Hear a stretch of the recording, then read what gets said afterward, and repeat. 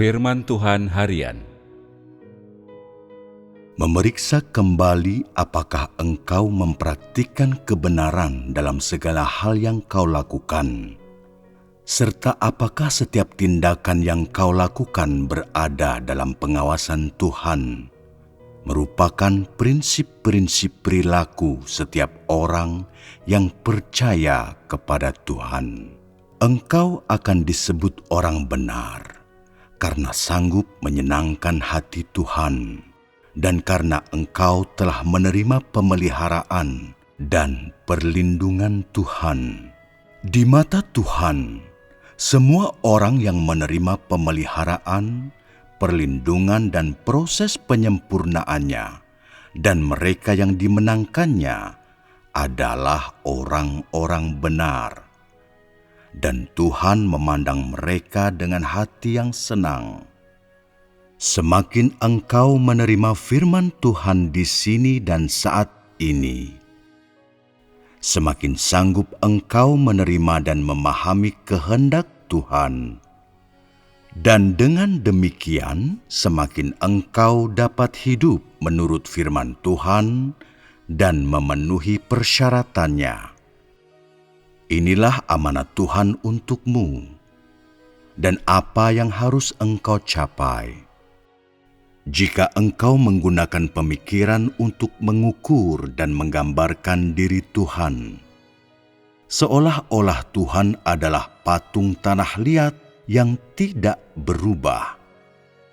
Dan jika engkau membatasi Tuhan dengan isi Alkitab, lalu menempatkan Dia dalam suatu lingkup kerja yang terbatas, ini membuktikan bahwa engkau telah mempersalahkan Tuhan. Karena di dalam hati mereka, orang Yahudi di zaman Perjanjian Lama memasukkan Tuhan dalam cetakan berhala, seolah-olah Tuhan hanya bisa disebut Mesias, dan hanya Dia yang disebut Mesias adalah Tuhan. Dan karena mereka melayani dan menyembah Tuhan, seakan Dia adalah patung tanah liat yang mati, mereka memaku Yesus saat itu di kayu salib, menjatuhkan hukuman mati kepadanya, menghukum Yesus yang tidak bersalah itu sampai mati. Tuhan sama sekali tidak berbuat kejahatan, tetapi manusia tidak merasa kasihan kepada Tuhan dan tanpa ragu menjatuhkan hukuman mati kepadanya. Demikianlah Yesus pun disalibkan. Manusia selalu yakin bahwa Tuhan tidak pernah berubah dan mendefinisikan Tuhan menurut Alkitab, seolah-olah manusia telah melihat melalui pengelolaan Tuhan, seolah-olah segala sesuatu yang Tuhan lakukan berada dalam tangan manusia.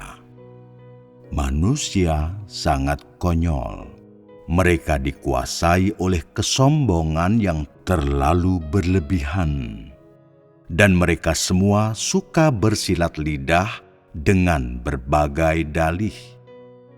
Terlepas dari seberapa hebatnya pengetahuanmu tentang Tuhan, aku tetap berkata bahwa engkau tidak mengenal Dia, bahwa tidak ada orang lain yang lebih menentang Tuhan, dan bahwa engkau telah mengutuk Tuhan, karena engkau sepenuhnya tidak sanggup menaati pekerjaan Tuhan dan berjalan di jalan yang disempurnakan Tuhan.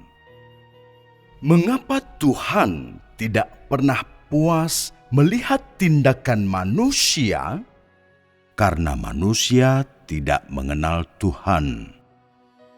Karena manusia mempunyai begitu banyak konsep, dan karena bukannya mengikuti kenyataan. Semua pengetahuannya tentang Tuhan bersumber dari pemahaman yang sama, kaku dan tidak lentur. Jadi, dengan turun ke bumi saat ini, sekali lagi Tuhan dipaku di kayu salib oleh manusia. Betapa kejam dan brutalnya manusia. Intrik dan skenario licik, benturan satu sama lain, usaha-usaha untuk meraih reputasi dan kekayaan, saling membantai. Kapankah semuanya ini akan berakhir? Tuhan telah mengucapkan ratusan ribu kata, tetapi tetap saja tidak ada yang mengerti. Manusia tetap saja membela kepentingan keluarga, anak-anak lelaki dan anak-anak perempuan mereka, karir, prospek, status, kesenangan, dan uang mereka, juga demi pakaian, makanan, dan kedagingan mereka. Tindakan siapakah yang sungguh-sungguh demi Tuhan? Bahkan di antara mereka yang bertindak demi Tuhan, hanya sedikit yang mengenal Tuhan. Berapa banyak yang sungguh-sungguh tidak membela kepentingan diri mereka sendiri? Berapa banyak yang tidak menindas dan mendiskriminasi sesamanya demi berusaha mempertahankan status mereka sendiri? Jadi, Tuhan telah dipaksa menerima hukuman mati berulang kali. Hakim barbar yang tak terhitung jumlahnya telah menghukum dia dan kembali memaku dia di kayu salib. Berapa banyak manusia yang bisa disebut orang benar karena mereka benar-benar bertindak demi Tuhan? Di hadapan Tuhan, sedemikian mudahkah kita disempurnakan menjadi orang kudus atau orang benar? Benarlah bahwa tidak ada orang benar di bumi ini. Semua orang benar tidak berada di dunia ini. Ketika engkau datang ke hadapan Tuhan, perhatikan kembali apa yang kau kenakan.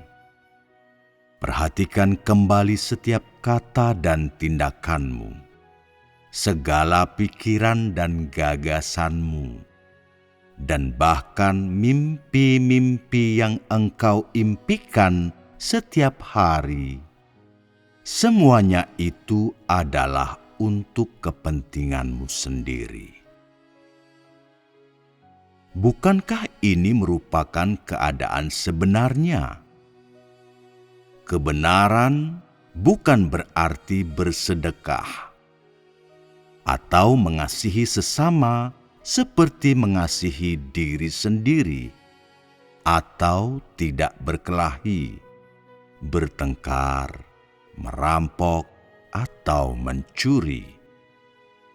Kebenaran berarti melakukan amanat Tuhan sebagai tugasmu dan menaati segala pengaturan dan rancangan Tuhan sebagai penugasan langsung dari surga, kapanpun dan dimanapun, sama seperti segala yang dilakukan oleh Tuhan Yesus. Inilah kebenaran yang dimaksud oleh Tuhan. Lot seharusnya dapat disebut orang benar, karena dia menyelamatkan 2 malaikat yang diutus Tuhan tanpa memedulikan untung ruginya bagi dirinya sendiri. Tindakan yang dilakukannya saat itu bisa disebut tindakan yang benar, tetapi dia sendiri tidak bisa disebut orang benar. Karena Lot telah melihat Tuhan, sehingga dia memberikan kedua putrinya sebagai pengganti para malaikat. Tetapi tidak semua perilakunya di masa lalu mewakili kebenaran, sehingga aku katakan tidak ada kebenaran di bumi ini. Bahkan di antara mereka yang dalam aliran pemulihan, tidak ada yang dapat disebut orang benar. Seberapa baik pun tindakan-tindakanmu, seberapapun engkau terlihat memuliakan nama Tuhan, tidak menyakiti atau mengutuk sesama, tidak merampok dan merampas dari sesama, engkau tetap tidak bisa disebut orang benar. Karena semua tindakan yang baik itu bisa dilakukan oleh manusia manapun yang normal. Hari ini, masalahnya adalah engkau tidak mengenal Tuhan. Yang bisa dikatakan tentang dirimu hari ini adalah bahwa engkau memiliki kemanusiaan yang biasa, tetapi engkau tidak memiliki pemahaman akan kebenaran sesuai yang Tuhan maksudkan. Dan dengan demikian, tidak satu pun yang engkau lakukan adalah bukti pengenalanmu akan Tuhan.